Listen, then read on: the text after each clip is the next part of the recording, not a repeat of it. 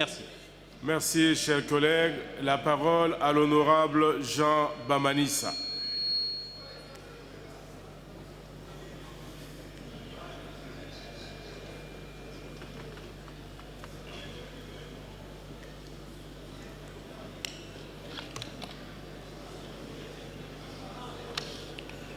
Merci, honorable président, chers collègues.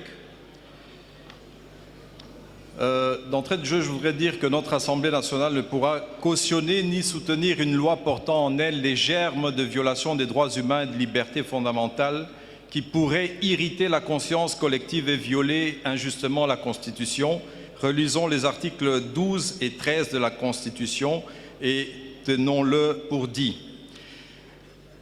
La proposition dit en l'article 9, alinéa 6, qu'il faudrait avoir un niveau d'études suffisant ou une expérience professionnelle avérée basée sur, dans le domaine politique, administratif ou économique. Cela comporte le danger d'une interprétation individuelle. Quel serait alors le niveau d'études suffisant? L'un peut dire une licence, l'autre peut dire une formation professionnelle et d'autres encore pourraient contester les établissements supérieurs ou des diplômes ou dire que voilà, ces universités, par exemple, on est en train de voir qu'ils sont en train d'être fermés pour le moment et dire que les diplômes obtenus dans ces universités ne sont pas valables. C'est le peuple congolais, nos électeurs, qui devront sanctionner chaque candidat par rapport à son bagage intellectuel, à ses diplômes, à son expérience, à son dévouement, à son nationalisme. Il faudrait donc éviter de fixer le profil du candidat.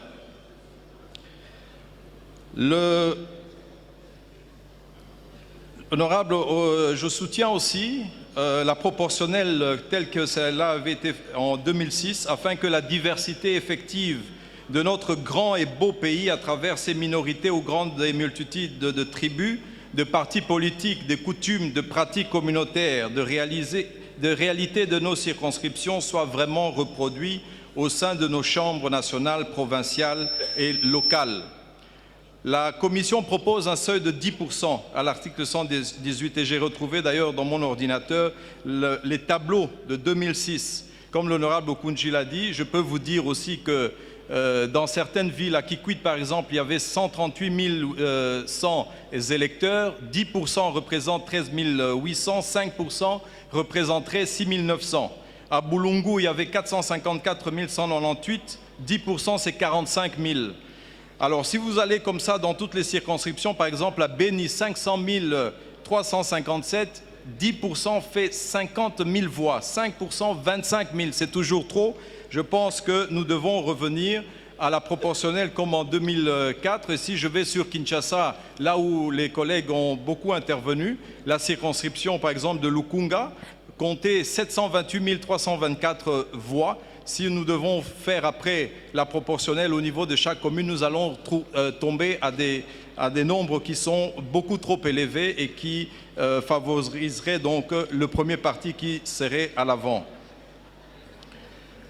Ce mode de scrutin doit aussi permettre aux indépendants de participer à la gestion de la chose publique et je pense qu'à l'article 14, on devrait donner cette possibilité en disant qu'on entend par regroupement politique une association créée par les partis politiques et ou les indépendants. Rappelez-vous, chers collègues, qu'en 2006, il y a eu beaucoup d'indépendants à tous les niveaux, même au niveau présidentiel, et nous sommes de l'avis qu'ils n'ont pas démérité et qui doivent avoir en tout cas toutes les possibilités de continuer. Concernant la sécurité à assurer aux candidats pendant la campagne, il ne faudra pas minimiser cette question, honorable. Nous le vivons aujourd'hui et bien que jouissant d'immunité, certaines personnes usent de leur puissance financière, tribale ou politique pour nous insécuriser. Moi, je le vis. Vous avez eu l'occasion de voir des images ou de lire et malgré l'inquiétude des hautes autorités, des individus semblent quelquefois au-dessus de la loi.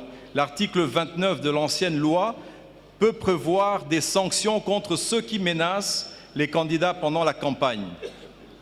L'article 10 parle aussi des personnes inéligibles. Je pense qu'il faudrait ajouter celles qui ont participé au pillage des ressources naturelles et au viol. Ensuite, je voudrais parler de Congolais de la diaspora. Je pense que ces derniers devront voter. Dans nos ambassades, la CENI devra être présente. Si elles trouvent des problèmes de déplacement ici en RDC, ça ne sera pas le cas en Europe. Ces problèmes n'existent pas. Et beaucoup de pays africains aujourd'hui le font. Il y a des votes dans leurs ambassades et nos ambassades doivent justement avoir leur raison d'être en abritant des centres d'enrôlement et de vote. Ensuite, au niveau de l'article 5, je pense qu'il faudrait élaguer la conditionnalité de la présence sur le territoire. Donc, il peut y avoir un cas d'urgence, un cas de maladie où un candidat devrait se déplacer. Merci, chers collègues. La parole à l'honorable Gustave Omba.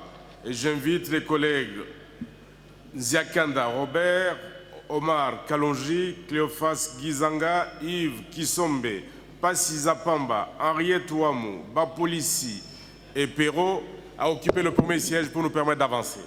Merci beaucoup, Monsieur le Président, pour la parole.